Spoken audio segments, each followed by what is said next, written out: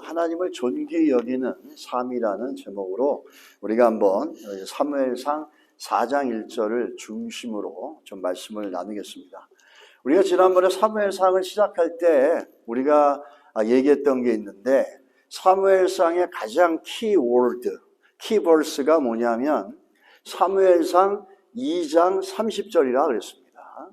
하나님은 나를 존귀히 여기는 자를 내가 존귀히 여기고, 나를 존귀하지 않게 여기는 자를 하나님도 존귀하지 않게 하신다라는 그 말씀이 사무엘상의 가장 핵심입니다. 그 얘기 속에서는 또 한 가지 뭐가 있냐면, 하나님의 다스림과 주권이 함께 있습니다. 모든 인생과 역사를 다스려 가시는 게 하나님이라는 겁니다. 여러분 믿으시는 은혜가 있길 축복합니다. 오늘 그 말씀을 시작하면서 한 가지 이제 우리가 좀 생각하고 싶은 거는, 하나님은 선하신 분이신데 이렇게 말하시는 분이 있습니다. 옥스퍼드 대학의 리차드 덩킨스라고 하는 사람이 에티스트, 무신론자입니다. 에티스트인데 그 사람이 어떤 책을 썼느냐면 만들어진 하나님, 인간이 만들어냈다라는 겁니다. 이 책을 써서 세계에 많은 사람들의 관심을 얻고 많은 사람이 이 책을 읽었습니다. 이 덩킨스는 그 책에서 뭐라고 주장하냐면, 지구상의 많은 분쟁이나 문제는 신을 믿는 사람들 때문에 일어나고 있다고 주장을 합니다. 그에게는 신, 즉 하나님이라는 존재가 없는 세상이 뭐라고 얘기하냐면 유토피아, 지상낙원이다, 이렇게 얘기를 합니다. 과연 하나님을 인정하지 않으면 유토피아가 되고, 하나님을 인정하지 않는 사람들이 모여 있으면 거기에 유토피아라고 하는 지상낙원이 이루어질까요? 우리는 조금만 생각해 보면 그렇지 않은 경우를 역사 속에서 너무 많이 봅니다. 대표적인 역사 속에 한 예를 하나 좀 들어드린다면, 여러분 그 소련의 레닌을 이어서 독재자가 되었던 사람이 누가 있냐면 스탈린이라는 사람이 있습니다. 이 스탈린은 그가 만들어낸 그 아주 무서운 업적에 반하여 원래 그 사람은 신학생이었습니다. 하나님의 나라를 섬기고 목회를 하기 위한 신학생이었는데, 니체라고 하는 철학자의 영향을 받아서 하나님을 부인하고 돌아서서 부정적인 전향을 함으로 인해서 모든 종교에 대해서 증오심을 갖게 되어집니다. 그는 하나님을 부인하고 돌아서면서 심지어 죽음 앞에서까지도 그가 어떤 반응을 보이냐면, 하나님을 향해서 주먹을 휘두르면서 그는 임종을 맞고 죽었습니다. 더 무서운 건 뭐냐면, 하나님을 벗어나고 하나님을 인정하지 않은 이 스탈린이라는 사람은 어떤 일을 만들어냈냐면, 여러분도 잘 아시지만 자기 동족을 4,500만이라고 하는 이 대량학살을 하는 것에 그 모체가 되어진 사람입니다. 이 하나님을 인정하지 않는 삶이면은, 덕킨슨 얘기를 들자면 하나님을 인정하지 않으면 정말 사람이 잘 사는 지상낙원이 되어야 되는데 4,500만 명을 죽이는 그 잔악한 마음의 모습이 유토피아라고 얘기할 수 있겠습니까? 그렇게 하나님을 인정하지 않는 사람이 만들어내는 4,500만을 죽이는 세계가 과연 지상낙원이라고 얘기할 수 있겠냐라는 거죠. 세상은 이렇게 잘못된 미혹의 논리로 사람들을 현혹시킵니다. 옥스퍼드 대학의 그럴싸한 자리에서 그들이 얘기하는 그 논리가 궤변적인 논리를 얘기하더라도 사람들은 쉽게 받아들입니다. 그러나 성경과 역사를 조금만 살펴보더라도 우리는 그 얘기가 터무니없는 것이라는 걸 너무 잘 압니다. 아브라함도 이와 비슷한 고백을 합니다. 창세기 20장에 보면 아브라함이 아내를 사라를 누이라고 속이고 아비멜렉에게 그 사라를 아내로 아비멜렉이 취하려고 할 때 하나님이 막습니다. 막으면서 아비멜렉이 얘기하죠. 너는 왜 너의 아내인데 우리에게 거짓말을 했니? 창세기 20장 11절에 뭐라 그럽니까? 아브라함이 이르되 이곳에서는 하나님을 두려움이 없으니 내 아내로 말미암아 사람들이 나를 죽일까 생각하였음이라 이렇게 얘기합니다. 하나님을 인정하고 하나님을 경외하지 않는 사람들은 이 모습이 뭡니까? 자기들의 원하는 걸 얻기 위해서는 사람의 생명도 터무니없이 취해갈 수 있다라고 하는 그 모습들을, 그 분위기를 아브라함이 얘기해주고 있지 않습니까? 우리는 이런 무신론자 리차드 돈킨스 같은 사람들이 쓴 글에 놀라운 건 뭐냐면 지식인들이 더 그거를 좋아한다는 거예요. 좀 많이 배웠고 좀 아는 지식이 있다는 사람들은 그걸 마치 그게 진리인 것처럼 받아들이는 사람이 있고, 심지어는 신앙인조차도 뭐 그런 것들에 대해서 묘하게 반영해 나가는 사람들이 참 많습니다. 성경적인 거하고 지적인 건 같은 게 아닙니다. 성경적인 거는 지적인 걸 만들어낼 수 있지만 지적인 거는 성경적인 것이 될 수는 없습니다. 꼭. 우리는 그 차이점을 좀 알아야 되겠죠. 이 무신론자 리차드 돈킨스에 대해서 반박한 사람이 있는데, 같은 대학 옥스포드의 생물학 교수며 또 역사신학으로 20세기 오래를 살아가는데 최고의 신학자인 앨리스터 맥그레스라는 분이, 그가 그것에 반박하면서 돈킨스의 망상이라는 책을 써냅니다. 그래서 우리는 같은 시대를 살고 있다, 돈킨스하고 나하고. 그런데 세상을 보는 눈이 너무나 다르다. 그건 뭐냐면 난 역사를 통해서, 인생을 통해서 나는 하나님을 발견한 사람이고 저는 하나님을 보지 못한 사람이다. 그러길래 너무나 많이 터무니없는 심각한 차이점이 나는 결과들이 서로 너무 다르게 나타났다는 얘기죠. 우리가 오늘 본문을 보면서 보고 싶은 건 뭐냐면, 한 가지 중요한 건 뭐냐면 하나님은 좋으신 하나님이십니다. 하나님은 선하신 하나님이십니다. 우리에게 하나님은 좋으신 하나님이시고 하나님인 선하신 하나님이라고 하고, 그 하나님을 인정하는 신앙은 우리에게 어떤 고백으로 나오게 되느냐라는 겁니다. 그렇습니다. 하나님은 선하시고 더 나아가서 역사와 인생을 주관하시는 분이에요. 너무 불어도하지 않습니까? 너무 광대하지 않습니까?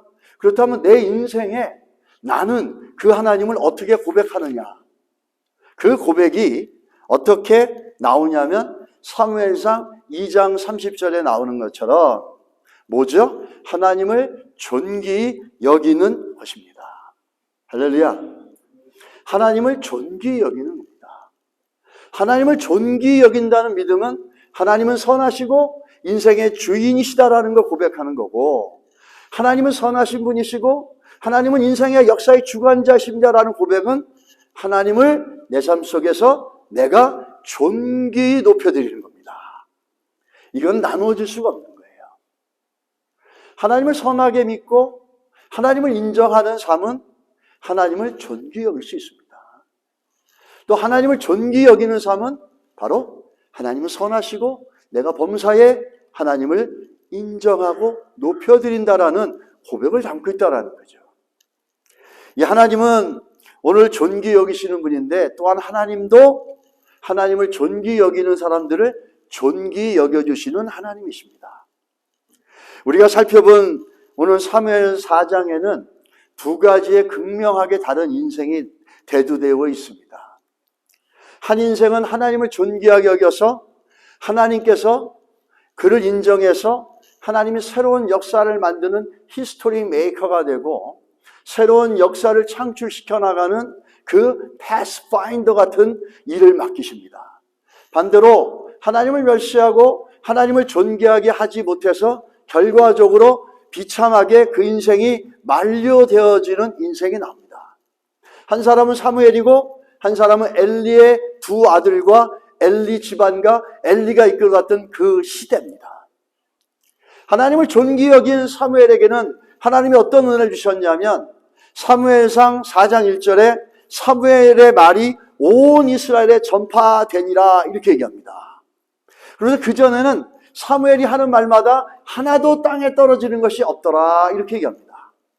하나님께서는 사무엘의 말이 온 이스라엘에 전파되었다는 그 의미는 뭐냐면, 이스라엘에 거하는 모든 사람들이 사무엘이 전하는 말을 들었고 그 말을 진리로 받아들였다는 겁니다. 그 얘기는 하나님께서 사무엘과 함께 하심으로 사무엘이 말하는 것들이 이루어지게 하셨고, 그로 인해서 사무엘은 이스라엘 백성들로부터 하나님의 선지자로 인정을 받습니다. 사무엘의 시작은 선지자로 시작하죠. 그러한 결과로 본문에서 언급하고 있는 것처럼 사무엘이 온 이스라엘의 말이 온 이스라엘에 전파되면서 모든 사람이 그를 하나님이 세운 사람으로 인정하고 존귀하게 여겨줬다는 겁니다. 왜?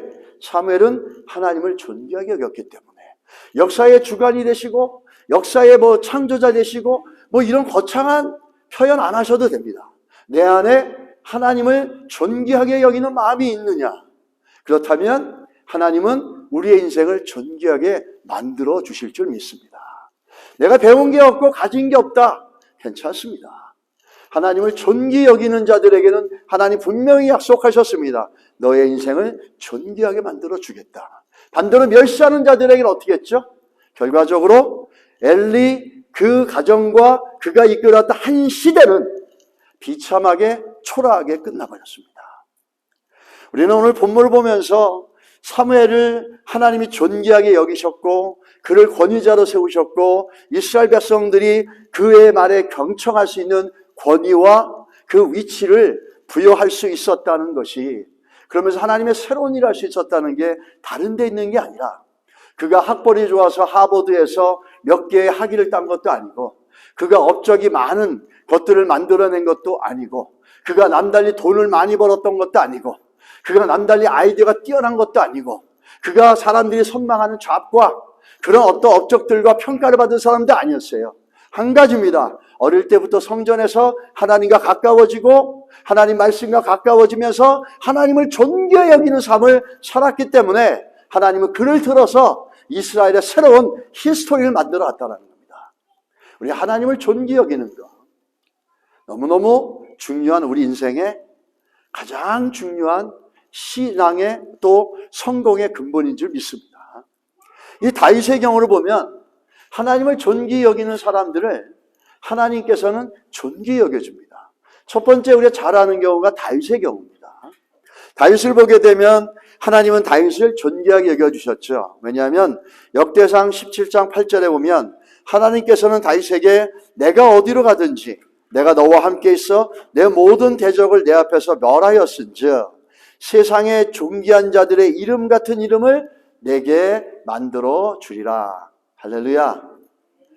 다윗은 형제 중에서도 학한 이렇게 얘기하면서 아버지가 보잘것없는 막내놈이라 이렇게 소개했습니다. 사무엘한테. 그런데 그에게는 뭐가 있습니까? 외롭게 그 밤이슬 맞으면서 초장에서 산에서 들에서 양들을 치워 나갈 때 그 마음속에 하나님을 찬양하며 그 외로운 삶이었지만 하나님을 존귀하게 하는 마음들이 그 안에 일어나기 시작했다는 거죠. 그 하나님을 존귀하게 했던 그 마음이 어떻게 하셨습니까? 하나님은 보고 계셨죠. 그래서 내가 너를 존귀하게 만들어 주겠다 이렇게 말씀하는 겁니다. 더 나아가서 또 이 뭐라고 말씀하시냐면 역대상 17장 16절로 18절에 보시면 다윗은 하나님께 여호와 하나님이여 나는 누구이며 내 집은 무엇이기에 나에게 이에 이르게 하셨나이까? 이 말씀 뭐죠? 나 같은 존재가 도대체 뭔데 이렇게 나를 높여주시고 이렇게 나를 존귀하게 만들어주셨습니까? 이런 겁니다. 자기는 자기를 알거든요. 내 인생이 집안도 좋은 것도 아니고 내가 좌합이 좋은 것도 아니고 일개 목동이었는데 그런 나를 하나님 어떻게 여기까지 올려주셨습니까? 이유는 뭐죠? 네가 나를 존귀하게 여겼다는 겁니다. 그러면서 주께서 이것을 오히려 작게 여기시고 그건 뭐냐면 내 부족함과 내 못남과 내 어리석음은 오히려 작게 여겨주시고 또 종의 집에 대하여 먼 장래까지 말씀하셨사오니 여호와 하나님이여 나를 존귀한 자들같이 여기셨나이다. 주께서 주의 종에게 베푸신 영예에 대하여 이 다윗이 다시 주께 무슨 말씀을 하오리까? 주께서는 주의 종을 아시나이다. 나는 이렇게 존귀한 인생이 될 수 없고 난 이런 자리까지 올라갈 수 있는 인생이 아니었습니다. 그런데 하나님이 나를 이렇게 존귀하게 만들어주셨는데 주께서는 종을 압니다. 저를 아시지 않습니까? 제가 뭘 얘기할 수 있겠습니까? 다 하나님이 나를 이렇게 만드셨다라는 거죠. 왜? 존귀하게 여겼기 때문이라는 겁니다. 바울의 경우는 어떻습니까? 바울이 서제션을 하죠. 바울이 어떤 서제션을 하냐면 빌립보서 2장 25절로 30절에 보면 어떤 사람이 나오냐면 빌립보 교회로부터 정말 충성된 하나님의 일꾼이 있었는데 그의 이름은 에바브로디도라는 사람이었어요. 이 사람은 존귀한 사람이었습니다. 왜 존귀한 사람이었냐면 이 빌립보 교회의 평신도 지도자였어요. 감옥에 있는 사도 바울을 도와주기 위해서 교회 헌금을 갖고선 물질 등을 가지고 사도 바울이 있는 감옥에 갔는데 그만 가는 중에 병이 들었습니다. 그런데도 자기 몸을 돌보지 않고 얼마나 정성껏 사도 바울을 섬기고 받들었는지 사도 바울은 자기를 섬기다가 그가 병들어서 혹시라도 어떻게 될까 봐 무서워서 그가 굉장한 근심을 하면서 그를 위해 기도했던 겁니다. 뭐라고 기도했었냐면 그가 너의 무리를 간절히 사모하고 자기가 병든 것을 너희가 들은 줄 알고 근심이 심히 근심한지라. 내가 병들었다고 해서 내가 이 일을 하다가 교회 일을 하다가 하나님 일을 하다가 빌립보 교인들이 내가 병들었다 그러면 그것 때문에 걱정하고 근심할까 봐 에바브로디드는 자기 몸보다는 성도들이 걱정할 걸 더 우선적으로 생각했다라는 겁니다. 그러면서 그가 병들어 죽게 되었으나 하나님이 그를 긍휼히 여기셨고 그뿐 아니라 또 나를 긍휼히 여기사 내 근심의 근심을 면하게 하셨느냐. 그 얘기는 뭐냐면 나를 섬기려고 왔던 사람이 병들어 죽었다면 내 마음이 얼마나 힘들었겠냐라는 거죠. 근데 내가 간절히 기도했더니 내 기도를 들어주셔서 그를 죽을 병에서 건지시고 살려주셨다라는 겁니다. 그러면서 이 바울이 뭐라고 얘기합니까? 에바브로디도를 이렇게 얘기하죠. 또 이와 같은 자들을 존귀히 여기라. 어떤 자들을요?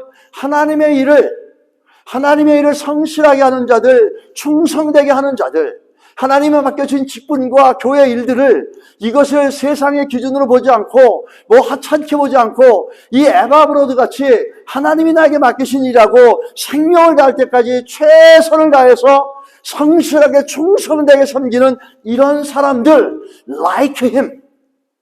이런 사람들을 바울이 뭐라 그러죠? 또 이와 같은 자를 존귀히 여기라 했습니다. 할렐루야. 그가 그리스도인을 위하여 죽기에 이르러도 자기 목숨을 돌보지 아니한 것은. 바울의 이 서제션은 하나님의 마음입니다. 하나님의 일, 하나님이 맡겨진 작은 일이라도 그거를 우습게 여기고 가볍게 여기고 내가 이거 할 사람이야? 내가 이거 할 짬밥이 아니잖아. 이런 게 아니라 그것이 크든 작든 감사하고 끝까지 충성되게 나가는 자들을 바울이 뭐라고 그러죠? like him. 누구죠? 에바브로 같은 사람들을 너희들은 존귀히 여기라 이렇게 얘기하는 겁니다. 교회 일을 성실히 하는 사람들을 비난하지 마시고 존귀히 여기시기 바랍니다. 이상하게 교회에 성실하게 일하시는 분들의 적은 교인들이 될 때가 참 많습니다. 교회 일을 성실하게 하고 교회 일을 최선을 다해서 하고 충성되게 하면은 오히려 그거를 존귀하게 여겨주고 칭찬하는 것이 아니라 흠을 잡아내고 실수를 잡아내서 비난하고 빈정거리고 비판하는 그런 모습들, 그것도 역으로 얘기하면 하나님을 멸시하는 것과 똑같은 겁니다. 하나님의 일을 성실하게 하는 사람들을 소중히 여기시고 존귀하게 여기시기 바랍니다. 그건 하나님의 마음이라는 거예요. 그런 사람들 비난하고 질투하고 비판하고 불평하는 것들은 왜 하나님이 존귀히 여기는 사람을 비판하고 비난하는 것은 결국은 뭐죠? 하나님을 무시하고 하나님을 존귀히 여기지 않는다는 거지 않습니까? 하나님의 맡겨진 교회 일들 성실하게 충성되게 하시는 분들 존귀한 자들입니다. 그들을 존귀히 여기시는 성도들이 되어져서 성숙하고 성장된 모습으로 우리 주변에 섬기고 봉사하는 교회 직분자들과 평신도 리더들을 볼 수 있는 믿음의 눈들이 있으시길 축복합니다. 작은 일이라도 교회 일을 헌신하는 이들은 축복해 주시고 격려해 주시고 사랑해 주시고 존귀한 사람이라고 위로해 주시기 바랍니다. 그게 우리가 마땅히 내 인생이 하나님의 손 안에 있고 하나님은 선하신 분이고 하나님은 범사에 우리의 인생을 이끌어간다고 하나님을 인정하고 하나님을 존귀히 여기는 성도들의 마음이라는 겁니다. 우리 존귀 여기는 자를 존귀 여기신 하나님을 기억하시기를 주님의 이름으로 축복합니다. 에바브로디도는 하나님이 바울이 이를 존귀하게 여기라 그럴 때 이 사람이 무슨 경제적인 능력이 특별히 있었던 게 아닙니다. 뛰어난 업적이 있었던 게 아니에요. 단 하나 이유, 하나님이 맡기신 일을 존귀하게 여겼기 때문입니다. 하나님을 존귀하게 여기는 사람이 하나님이 맡긴 일을 존귀하게 여기지 않는다는 것은 모순입니다. 그거 하나로 바울은 얘기하죠. 존귀하게 여겨라, 이렇게 얘기합니다. 우리 존귀하게 여겨야 되는 믿음으로 열심히 주의를 섬기는 자들을 존귀하게 여기시고, 내 마음대로 하는 게 교회 일이 아닙니다. 교회는 우리 안수집사에 그 질서가 있습니다. 뭘 하는데 그것에 맞춰서 그 흐름과 교회 요관을 따라가야 되는데, 내 마음대로 이거 하는데 안 하면은 안 됐다고 해서 뭐 교회가 잘못됐다고 얘기하고 하는 거, 그건 옳은 게 아닙니다. 그거는 교회 자체가 질서 있게 교회를 섬겨나가는 사람들에 대해서 우리가 잘 이해해 나가야 될 줄 믿습니다. 교회를 섬겨갈 때 우리 에바브로도처럼 성실하게 섬겨가시면 하나님의 존귀한 자다라고 하는 칭찬과 복이 임할 줄 믿습니다. 우리가 존귀함을 받아야 하는 이 하나님의 법궤를 좀 살펴보면, 오늘 본문의 핵심적인 것들 중에 가장 핵심은 뭐냐면 하나님의 법궤입니다. 이 하나님의 법궤는 사람들로부터, 하나님의 백성으로부터 존귀함을 받아야 되는데, 오늘 그 본문의 4장에 보게 되면 하나님을 존귀하게 여기지 않는 자들은 하나님의 법궤도 도로 존귀하게 여기지 않는 걸 볼 수 있습니다. 이 4장에 보면 이스라엘 백성들로부터 하나님의 선지자들 인정을 받고 하나님의 권위를 부여받아서 한마디도 땅에 떨어지지 않고 하나님이 세우신 사무엘이 있나 하면은 반대로 사무엘상 2장 17절에 이 소년들은 죄가 여호와 앞에 심히 크면 그들이 여호와의 제사를 멸시함이었더라, 이렇게 얘기합니다. 이 누구를 얘기하죠? 이 소년들은 엘리의 두 아들을 얘기합니다. 홈니와 비느하스를 얘기하는 겁니다. 이 두 아들과 엘리 제사장은 이스라엘 군대가 철저히 패망하는 사건이 등장하는데, 이 사무엘은 반대로 하나님이 높여주시죠. 이렇게 다른 인생의 결과를 누가 결정하느냐면 바로 하나님이 결정하신다는 걸 기억하시기 바랍니다. 하나님을 존귀히 여기는 사무엘은 하나님이 높으셨고, 하나님을 멸시하고 하나님을 존귀히 여기지 않는 두 아들과 엘리 제사장과 그 시대를 살았던 그 이스라엘의 장로들은 그만 패망하고 말았습니다. 이 두 가지는 어떤 걸 얘기하죠? 우리 인생을 결정짓는 건 하나님이시라는 겁니다.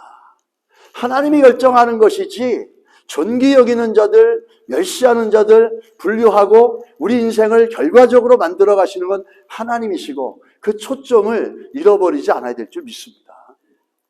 이 장로들의 반응을 한번 보십시오. 블레셋 군대가 쳐들어왔어요. 그런데 대패했습니다. 그래서 참 사무엘상 4장 3절에 보면 이 대패하고 난 다음에 장로들이 반응을 보이죠. 어떤 반응을 보입니까? 4장 3절에 이렇게 얘기합니다. 백성이 진영으로 돌아오매 이스라엘 장로들이 다 이르되 여호와께서 어찌하여 우리에게 오늘 블레셋 사람들 앞에 패하게 하셨는고, 여호와의 언약궤를 실로해서 우리에게로 가져다가 우리 중에 있게 하여 그것으로 우리를 우리 원수들의 손에서 구원하게 하자 하니, 이럽니다. 이 장로들의 반응 속에 우리는 장로들의 문제점을 볼 수 있습니다. 자신들은 무슨 얘기냐면, 우리가 하나님의 백성인데 어떻게 다른 민족에게 질 수 있습니까? 우리 같은 하나님의 백성을 전쟁에서 패하게 하시는 건 안 되는 거 아닙니까? 우리 하나님의 자식인데, 하나님의 자녀들이고 하나님의 백성인데 하나님이 어떻게 해서 우리를 저 개만도 못한 이방인들에게 패배하게 만드십니까? 이렇게 외치는 이 소리는 뭐죠? 이 얘기 속에는 이 이스라엘 자손들이, 이 지도자들이, 영적 지도자라고 하는 이들 안에 뭐가 있습니까? 자기들에 대한 헛된 자부심이 있는 거예요. 자기가 하나님의 자녀들인데 어떻게 패배하게 하십니까? 어떻게 이렇게 우리가 지게 하십니까? 우리 하나님의 자녀 아닙니까? 이런 자부심이 그 안에 있는 거예요.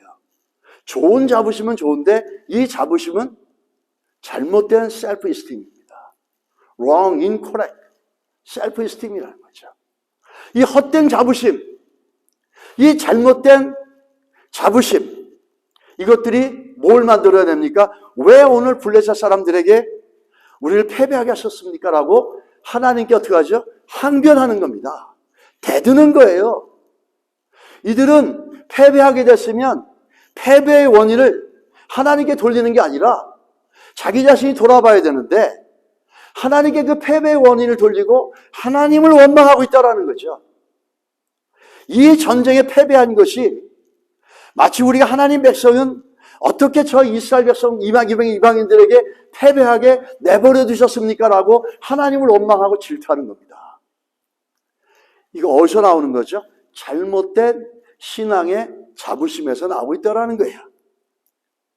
이 하나님으로부터 하나님께 책임을 돌리고 하나님께 원망을 돌려나가는 이 false or incorrect self-esteem이 하나님을 향해서 실패가 있을 때, 그 문제가 있을 때 이런 반응을 일으켜 나고 있다는 겁니다. 우리가 잘못된 선민의식, 잘못된 영적 프라이드가 하나님을 향해서 잘못된 반응을 만들어내는 걸 볼 수 있습니다. 이 실패의 순간에 오히려 자신들을 돌아보고 회개해야 되는데 그것이 아니라 하나님이 우리를 패배하게 하셨다라고 하면서 하나님을 원망해 나가는 걸 볼 수 있습니다. 여러분, 하나님의 법궤를 이곳으로 가져와서 이것에서 우리 전쟁에서 이기게 하자 이렇게 얘기하죠. 참 이 부분이 굉장히 심각한 문제입니다. 그렇게 잘못된 false self-esteem 가운데 하나님을 향해서 항변하고 모든 책임이 하나님께 있다라고 원망하는 이 사람들은 또 다른 큰 죄를 지는데 뭐냐면 실로에 가서 하나님의 법궤를 가지고 와라 이렇게 얘기합니다. 하나님의 법궤가 이 자리에 있으면 우리가 이기지 않겠느냐 이렇게 얘기하는 거죠. 이건 더 큰 죄입니다. 마치 이런 것들은 어떤 거냐면 이스라엘 백성들이 하나님의 법궤를 자신의 종처럼 다루고 있고 하나님의 법궤 위에 군림하고 있는 겁니다. 마치 우리가 예수를 믿어도 하나님의 말씀을 마치 내 소원과 내 문제를 해결하는 어떤 수단과 방법으로 여기는 것처럼 또 하나님의 말씀에 군림해서 마치 내가 하나님의 말씀을 어떻게 결정해 나가는 것처럼 그렇게 생각하는 것처럼 우리 현대 교인들이 그렇게 법궤를 가져오려는 거예요. 이걸 좀 심하게 얘기하면 뭐냐면 하나님의 법궤를 마치 부적처럼 여기는 거예요. 부적은 뭐죠? 그 부적을 통해서 내가 원하는 걸 이루어내는 거 아닙니까? 그러니까 하나님 법궤를 가져와라. 하나님 말씀을 가져와라.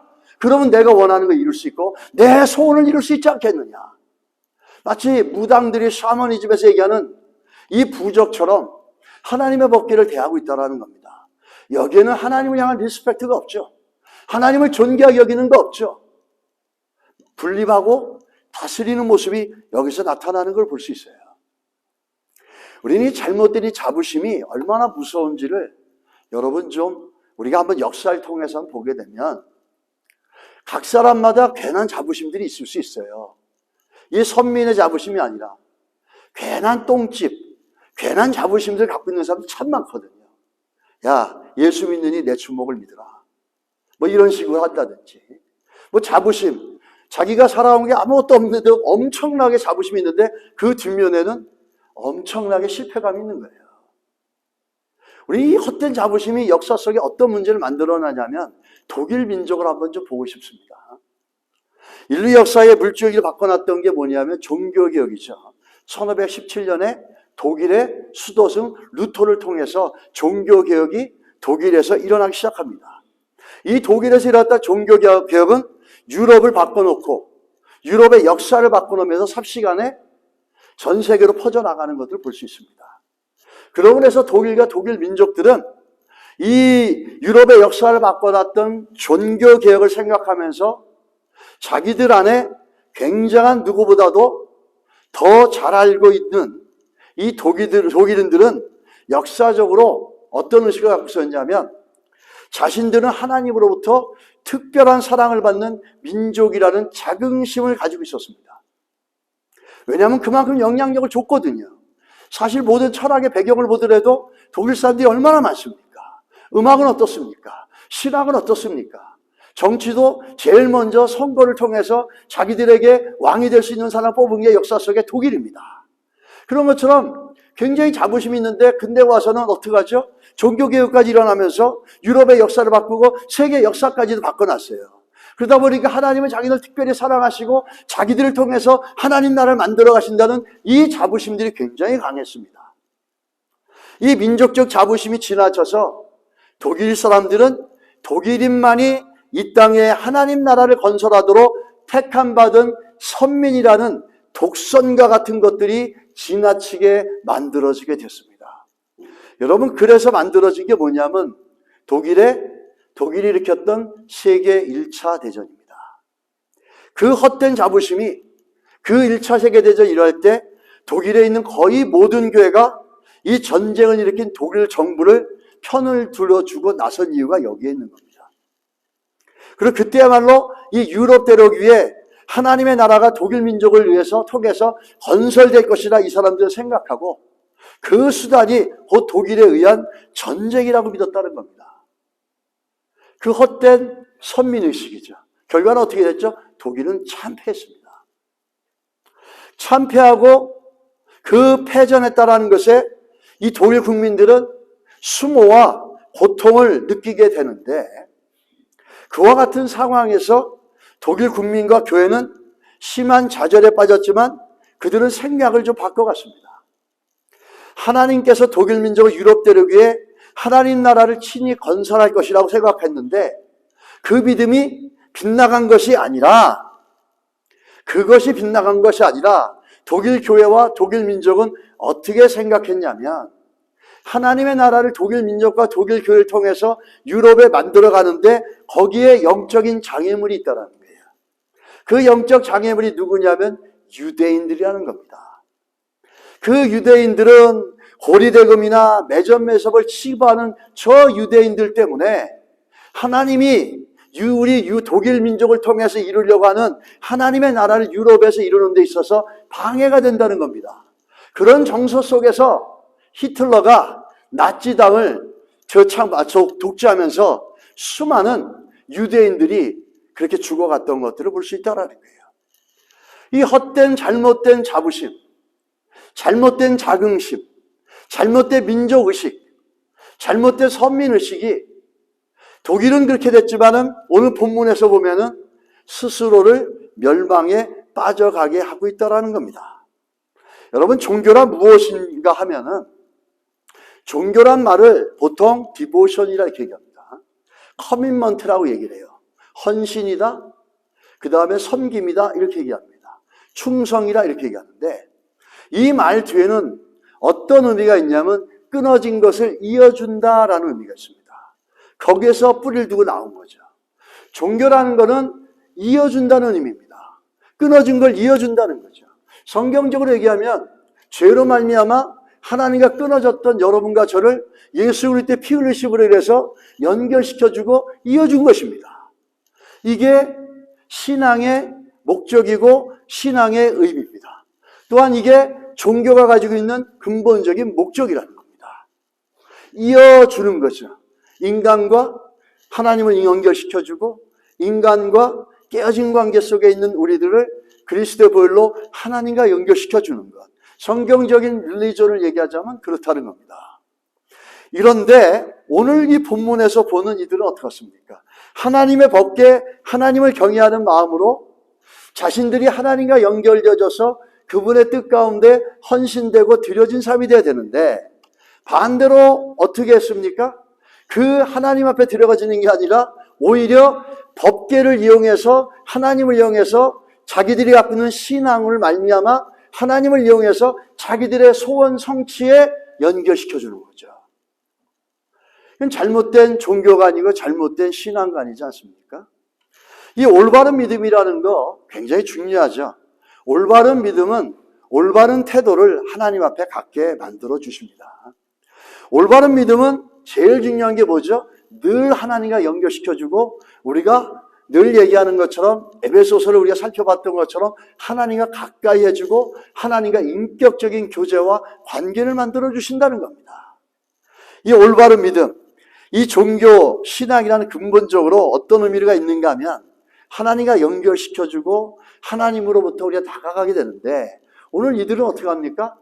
하나님의 말씀을, 하나님의 법궤를 부적처럼 여기고 법궤 위에 군림하고 법궤를 오라가라 하면서 이 법궤를 마치 자기들의 소원을 이루는 그 도구로서 이용하고 있다는 거죠. 이것은 기복신앙이고 대표적인 근본적인, 이거는 무속신앙에서 얘기하고 있는 겁니다. 무속신앙은 근본이 뭐죠? 구술해라. 10만 불짜리 구술해라. 그러면은 네가 원하는 그 큰 계획과 네가 원하는 그것이 이루어질 수 있을 것이다. 그래서 결국 연결되고 만나는 게 뭐죠? 인간의 욕심과 탐욕입니다. 이게 종교의 이 하나님의 법궤를 이들은 그렇게 사용하고 있다는 거죠. 법궤를 가져왔어요. 법궤를 가져왔는데 결과가 어떻게 됐습니까? 법궤가 오기 전엔 4장 2절에 보면 4,000명이 전사하는데, 법궤가 온 다음에는 4장 10절에 몇 명이 죽습니까? 3만 명이 죽습니다. 더 상황이 안 좋아졌어요. 더 상황이 나빠졌어요. 그런데도 그들은 깨닫지 못합니다. 법궤를 가져올 때 재밌는 내용이 하나 나오는데, 이 엘리의 두 아들과 엘리 제사장의 역할을 간접적으로 얘기해주는 성경 구절이 있어요. 그게 사무엘상 4장 4절입니다. 뭐라고 나와 있습니까? 이에 백성이 실로에 사람을 보내어 그룹 사이에 계신 만군의 여호와의 언약궤를 거기서 가져왔고, 엘리의 두 아들 홈니와 비느하스는 하나님의 언약궤와 함께 거기 있었더라. 이렇게 얘기합니다. 전생 시 실로에는 누가 법궤를 지키고 있었습니까? 엘리의 두 아들이에요. 홈니와 비느하스가 옆에서 법궤를 지키고 있다라는 거예요. 왜 이 말씀이 여기 있는 거지? 하나님의 법궤를 지켰다라는 그 말씀을 왜 여기에 있냐라는 거죠. 실로에 있는 하나님의 법궤, 교회에 마치 말씀을 빼오는 것처럼 이 하나님의 법궤를 가지고 오라 그랬는데, 거기에 성경은 뭐라고 하죠? 홈니와 비느하스가 거기에 있더라 이 얘기예요. 지켰더라 이렇게 얘기하지도 않고, 섬겼더라 이렇게 얘기하지도 않고, 있었더라 이렇게 얘기합니다. 왜 이 말씀이, 이 두 사람이 여기에 등장하는 걸까라는 겁니다. 무슨 얘기냐면, 엘리의 두 아들과 또 엘리 제사장이 제사장으로서 해야 될 역할을 이들이 충실하게 하지 않았다는 걸 얘기해 주는 거예요.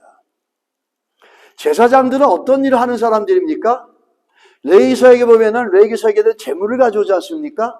그럼 이 재물이 하나님이 말씀하신 내용과 기준에 합당한지를 살펴보고 분별하고 점검해서 조사해서 분별하는 게, 이게 제사장들이 할 일이에요. 어떤 일을 할 때 이것이 하나님의 말씀에 따라서 이 사람이 문둥병자인지, 이 사람이 저 동네 바깥으로 나가야 되는지, 진 바깥으로 나가야 되는지를 분별하고 결정하는 사람이 누가 하는 겁니까? 제사장이 하는 거예요. 저 진 바깥으로 나간 사람이 문둥병이 나서 다시 돌아올 때 가가지고 너 문둥병이 났는지 안 났는지 말씀을 따라 점검하고 분별해서 낫다 그러면 들어가게끔 결정해 주는 게 누구냐면 제사장이에요. 제사장이 무슨 역할을 했어야 되냐면, 이 두 사람은 이 법궤 옆에 지켜 있었더라가 아니라 그 이스라엘 백성들이, 이스라엘의 영적 평신도 지도자들, 장로들이 법궤를 가져와라 그러면 제사장으로서 어떻게 가르쳐야 됐었습니까? 아니다. 하나님의 법궤는 사람이 마음대로 움직일 수 있는 게 아니다. 하나님이 원하실 때만 하나님의 방법으로 움직일 수 있는 게 법궤다 라고 가르쳐야 될 사람이 바로 이 제사장이었다는 거예요. 근데 제사장이 자기의 역할을 못하니까 결국엔 어떻게 됩니까? 이스라엘 백성들과 이스라엘 군대는 다 그 전쟁터에서 죽음으로 끝나버린다는 거예요. 자기들이 해야 될 일, 이 영적 지도자가 자기가 해야 될 일, 분별해야 될지, 이건 사람의 뜻이다, 안 된다 이렇게 되면 하나님의 법궤는 하나님의 뜻 가운데 하나님이 가져가면 가고 쓰라면 쓰는 것이 하나님의 법궤지, 인간인 우리가 함부로 이래라 저래라 움직여라 마라 할 수 없다라는 거예요. 여러분 믿으십니까? 그렇게 할 수 없다라는 거죠. 이거를 누가 가르쳐야 되고 누가 얘기를 했어야 되냐면 바로 엘리의 두 아들이었어요. 그들은 제사장이었거든요. 근데 옆에 있었지만 법궤가 중요한지 알았지만 법궤가 중요한 건 알았지만 법궤를 어떻게 섬겨야 되고 또 법궤를 어떻게 우리가 하나님 앞에서 반응해야 되는지를 전혀 몰랐다라는 거예요. 이거 보면은 목사님, 그거는 구약에서나 연결되는 거지 신약에 우리하고 뭐가 상관이 있겠습니까? 법궤가. 그리고 또 그거는 엘리 두 아들과 제사장만 연결된 것이 우리 같은 신약의 성도들하고 무슨 상관이 있습니까? 여러분 베드로전서 2장 9절에서 10절을 보시기 바랍니다. 그러나 너희는 택한 족속이요 왕같은 제사장들이요 거룩한 나라여 그의 소유된 백성이니 이는 너희를 어두운 데서 불러내어 그의 기이한 빛에 들어가게 하신 이의 아름다운 덕을 선포하게 하려 하십니다.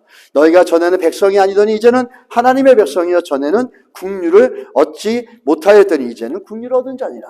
하나님의 백성이 됐다라는 그 속에는 뭐죠? 하나님의 제사장이 됐다라는 겁니다. 이건 구약에서 얘기했던 것들을 신약의 베드로가 반복하는 거죠. 구약의 출애굽기 19장에 보면 19장 6절에 보면 이렇게 얘기합니다. 너희가 내게 대하여 제사장 나라가 되며 거룩한 백성이 되리라. 너는 이 말을 이스라엘 자손에게 전할지라. 이 말씀이 신약에 와서 베드로전서 2장 9절로 10절에 나오는 겁니다. 고로 이 언약의 문제, 법궤의 문제를 대하는 엘리의 두 아들의 이 모습과 이스라엘 장로들의 모습은 우리와 동떨어진 게 아니라 우리들에게 연관되어지고 우리들에게 still 교훈을 주고 있다는 거죠. 우리는 택한 족속이요 하나님께서 제사장 백성으로 만들어 주신 거죠.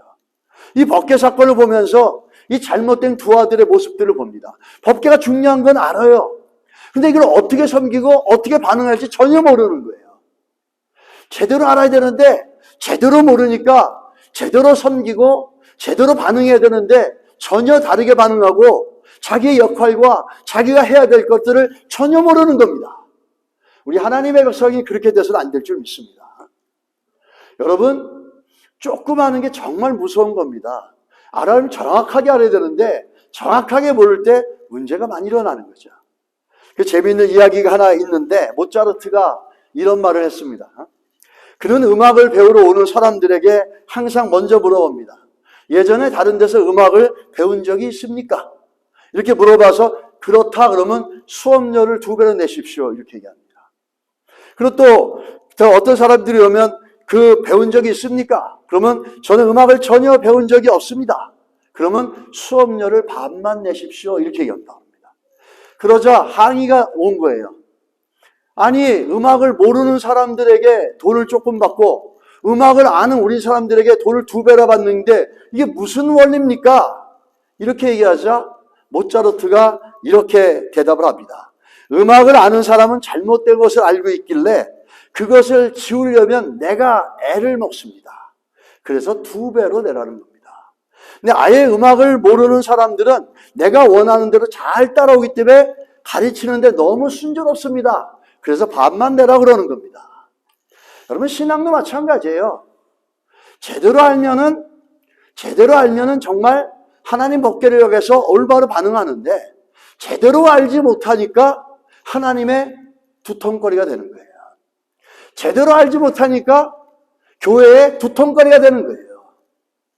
이 엘리 두 아들과 제사장들은 법궤가 중요한 건 아는데 제대로 중요한 걸 알고 제대로 알았어야지 제대로 리스펀딩을 할 수 있는데 그 위기 상황에 아무 분별력 없이 사람들이 원하는 대로 그냥 법궤를 내주기 시작하지 않습니까? 법궤는 그렇게 움직이는 게 아니에요. 그런데 제사장인데도 불구하고 사람들이 막 들끓고 일어나니까 그냥 거기에 족벌입니다. 자기는 이건 그렇게 가는 게 아니고 하나님의 법궤는 너희들 마음대로 움직이는 게 아니다 라고 선을 긋고 분별하여 가르쳐야 되는데 제사장조차도 제대로 알지 못하니까 이런 실수와 실패를 이룰 수밖에 없었다라는 거죠.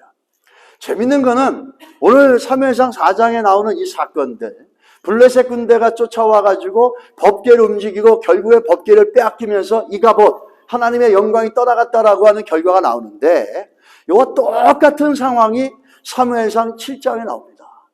그런데 같은 상황인데 반응은 다릅니다. 사무엘상 7장에 보면은 사무엘상 4장에서도 이스라엘 백성들에게 블레셋이 쳐들어오죠. 그럴 때 그들이 보였던 반응과 사무엘상 7장에 동일한 대적 블레셋이 쳐들어왔을 때 그때 영적 지도자들과 이스라엘 백성들이 보였던 반응은 완전히 다릅니다.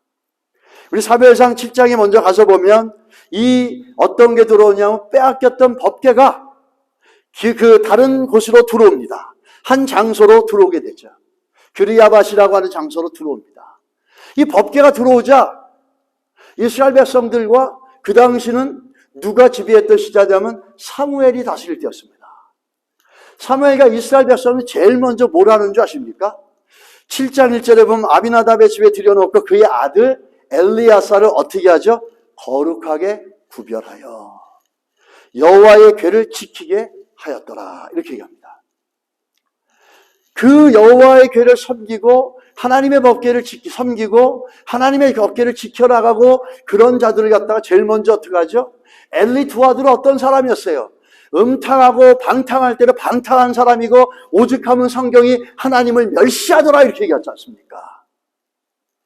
그런 사람들이었는데 그런 사람이 법궤를 섬긴다고 그 옆에 있으니 말이 안 되지 않습니까? 그래서 라이펄스를 이들이 거룩하다는 구별하다는 겁니다. 세속적인 거 떨어놓는 겁니다. 나눠놓는 겁니다. 그래서 오직 하나님께로 집중돼서 그 법궤만을 섬기고 관리하고 지켜나갈 수 있게 하는 겁니다. 먼저 그 법궤를 지키는 사람조차를 거룩하게 구별해 줬다는 거죠. 자격이 되는 사람에게 맡겼다라는 겁니다. 그렇게 하고 나서 그 아주 엘리 두 아들과는 전혀 반대되는 내용 아닙니까? 그러고 나서 법궤가 들어오자 일어난 일이 있었어요. 법궤가 들어왔는데 사무엘상 7장 7절에 보면 블레셋이 쳐들어 들어오는 거예요. 블레셋 군대가 쳐들어와서 그 이스라엘 백성들을 공격합니다. 희한하죠? 블레셋 군대가 쳐들어왔을 때 법궤를 가져가서 빼앗겨고 법궤를 들어오니까 또 이 블레셋 군대가 쳐들어옵니다.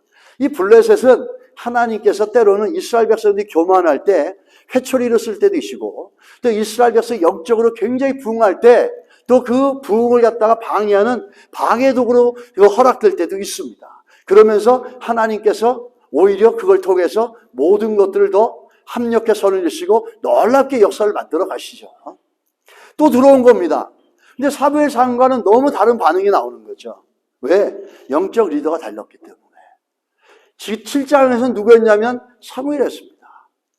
사무엘, 그가 그 땅을 다스리고 통치할 때였기 때문에 그 사무엘은 블레셋 군대가 쳐들어왔을 때 전혀 다른 방법을 하죠. 뭘 합니까?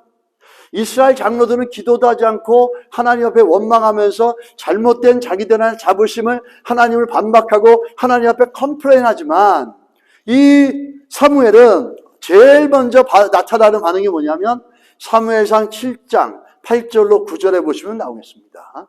여러분 한번 보이시면 한번 같이 읽어볼까요? 시작. 이스라엘 자손이 사무엘에게 이르되 당신은 우리를 위하여 우리 하나님 여호와께 쉬지 말고 부르짖어 우리를 블레셋 사람들의 소원에서 구원하시게 하소서 하니 사무엘이 젖먹는 어린 양 하나를 가져다가 온전한 번제를 여호와께 드리고 이스라엘을 위하여 여호와께 부르짖음에 여호와께서 응답하셨더라. 아멘. 두 개를 했습니다. 사무엘은. 그 법궤가 들어오고 사람을 구별해서 거룩하게 하고 나가고 두 번째는 뭐였냐면 이 블레셋 군대가 쳐들어오니까 사무엘이 한 경우는 첫째는 기도였어요. 두 번째는 뭐죠? 예배였습니다. 이게 하나님을 존귀히 여기는 자들이 블레셋이라고 하는 위기가 닥쳐왔을 때 나타내는 반응입니다. 그리고 그 하나님의 법궤를 소중히 여기고 하나님을 존귀히 여기는 자들이 하나님의 법궤를 어떻게 지켜가고 어떻게 섬겨가는지를 또 보여주고 있습니다. 우리가 기도는 좀 이해가 되겠어요. 문제가 있으니까 기도하지. 그런데 기도만 아니라 어떻게 하죠? 번제물을 드립니다. 번제는 대표적인 헌신의 모습이죠. 바로 예배를 드린 거죠. 기도를 하는데 기도는 맞는데 예배는 그 바쁜 상황에 어려운 상황에 왜 예배는 드리죠? 바빠 죽겠는데 기도하는 것도 바쁜데. 근데 여러분 우리가 늘 얘기하지만 예배를 드리는 가장 중요한 출발점은 뭐죠? 하나님이 나의 인생의 주인이라는 고백입니다. 이걸 통해서 하나님 이스라엘 백성은 하나님의 것입니다. 이스라엘 백성이 처한 모든 상황도 하나님이 해결하셔야 됩니다. 그래서 이 하나님이 우리의 인생의 주인이시고 이민족의 주인이시기 때문에 이 문제를 하나님께 주인께 맡겨드립니다. 할렐루야. 이 고백을 담고 있다는 겁니다. 여러분, 블레셋이라고 하는 문제가 우리 인생에 다가올 때 여러분들은 어떻게 반응하십니까? 엘리 두 아들과 이스라엘 장로같이 그렇게 반응하십니까? 하나님, 내가 예수 믿고 11조도 하고 교회도 다니는데 예배 주일에 왜 이런 문제를 주십니까? 이렇게 반응하십니까? 그렇다면 오늘 이 말씀을 통해서 돌이키시기를 주의 이름으로 부탁드립니다. 반대로 블레셋이 들어왔을 때 사무엘처럼 기도하며 은혜를 구하며 예배 속에 하나님이 주인 되십니다. 주인 되시고 목자 되신 하나님께서 이 상황을 이끌어 주시고 인도하시기를 위탁합니다 라고 한다면 여러분은 하나님을 존귀 여기는 인생들입니다. 하나님이 존귀 여겨주실 줄 믿습니다.